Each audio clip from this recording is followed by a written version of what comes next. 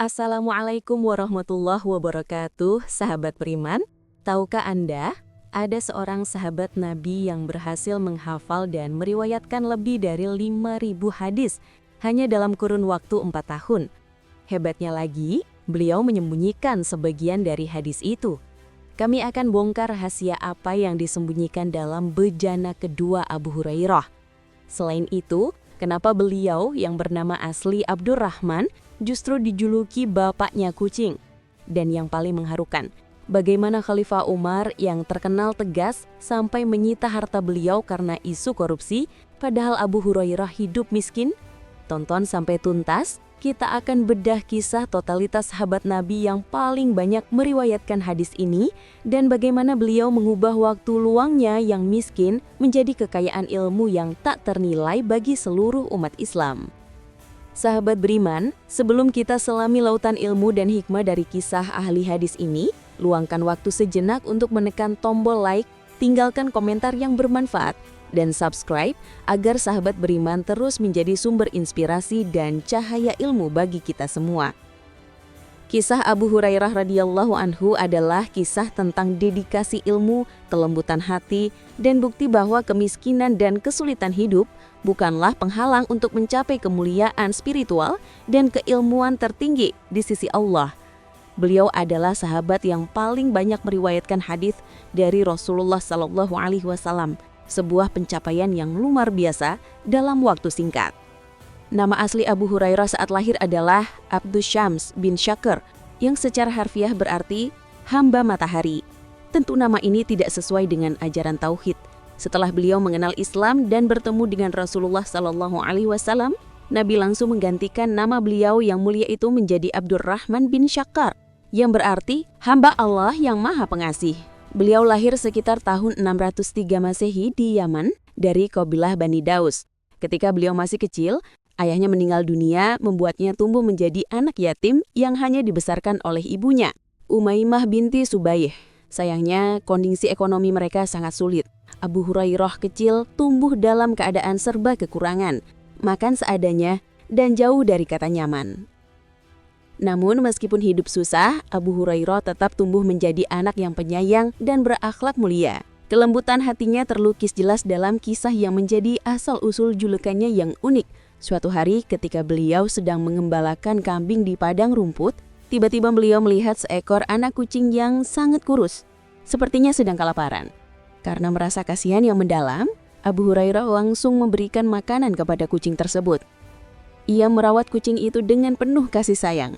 Setiap harinya ia mengajak kucing kecil itu bermain dan yang paling menyentuh hati, setiap malam Abu Hurairah akan memasukkan kucing itu ke dalam saku bajunya agar si kucing tidak kedinginan.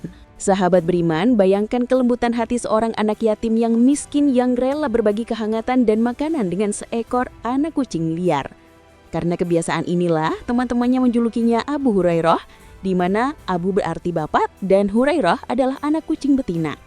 Julukan bapaknya kucing ini pun melekat pada beliau sampai beliau dewasa dan masuk Islam. Bahkan Rasulullah SAW pun turut memanggil beliau dengan sebutan akrab Abu Hir yang berarti bapak kucing jantan. Lalu bagaimana proses hidayah menyentuh Abu Hurairah?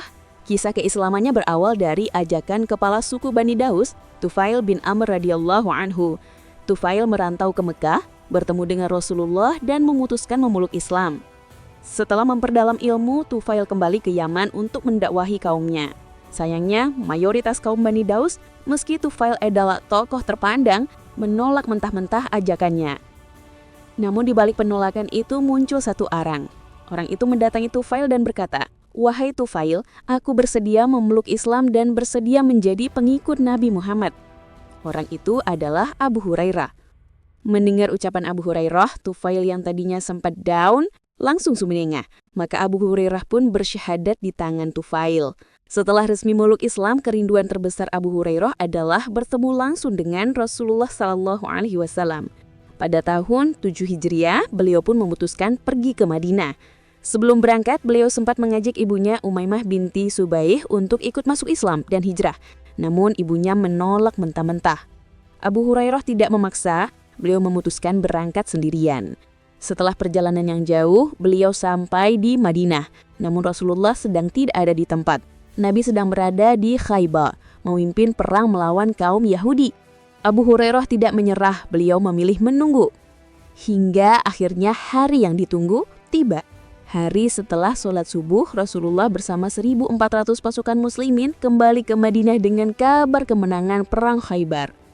Di momen penuh berkah itulah, Abu Hurairah akhirnya bisa melihat dan bertemu langsung dengan Rasulullah pertama kalinya. Melihat Abu Hurairah yang asing, Rasulullah bertanya, dari mana asalnya? Ketika Abu Hurairah menjawab dari Daus di Yaman, Rasulullah terkejut. Sungguh dulu aku tidak menyangka ada kebaikan di Daus, sabda Nabi. Yang maknanya adalah, Nabi terkejut karena ternyata ada juga orang dari suku yang keras itu yang mau memeluk Islam. Nabi kemudian mengganti nama Abu Syams bin Syakir menjadi Abdurrahman bin Syakir. Sejak saat itu, Abu Hurairah mendedikasikan seluruh hidupnya untuk mendampingi Rasulullah.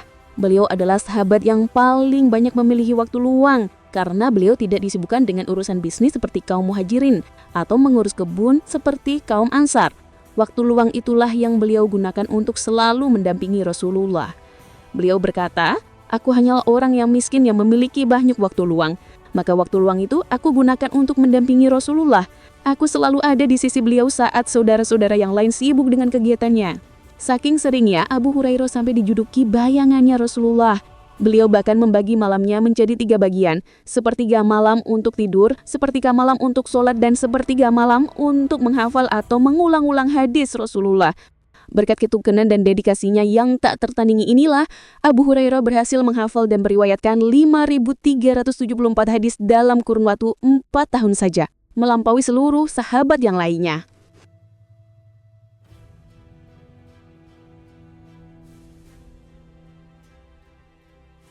Totalitas beliau tidak hanya dalam hal ilmu, tetapi juga adab.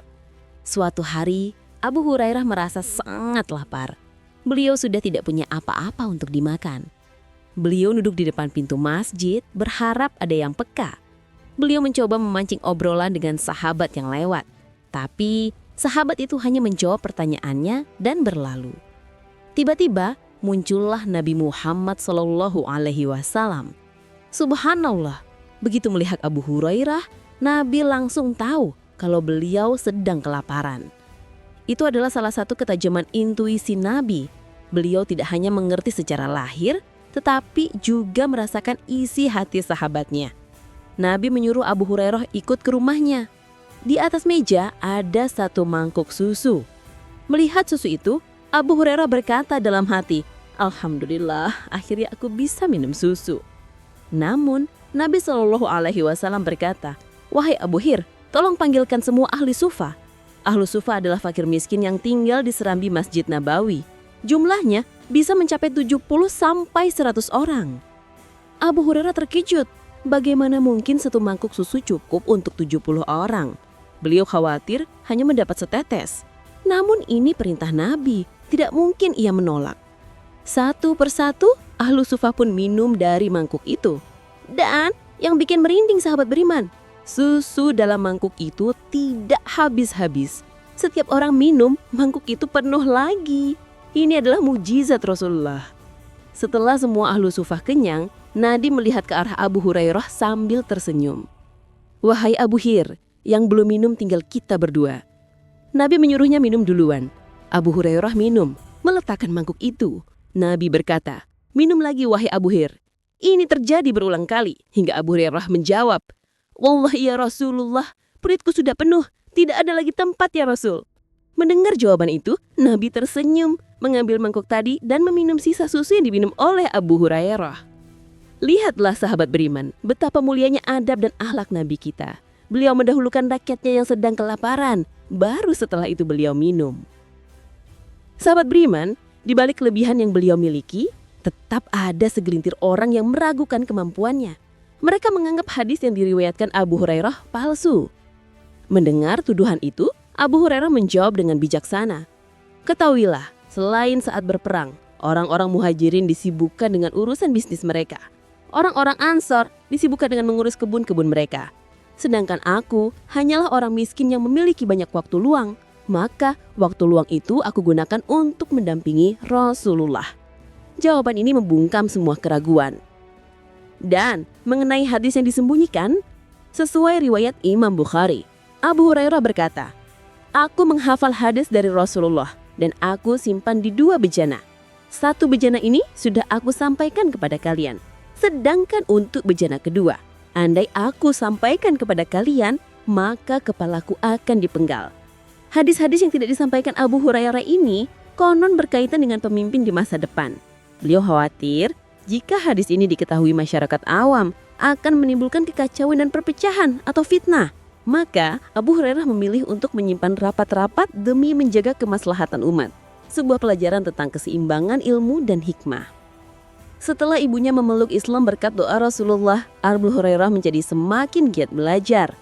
Setelah Rasulullah wafat, beliau sempat bekerja sebagai buruh di tempat keluarga kaya raya. Karena kejujuran dan kerajinannya, beliau dijodohkan dengan putri majikannya, Basrah binti Ghazwan. Di masa pemerintahan Khalifah Umar bin Khattab, Abu Hurairah diangkat menjadi gubernur Bahrain. Ini adalah bukti bahwa beliau adalah sosok terpilih yang layak memimpin.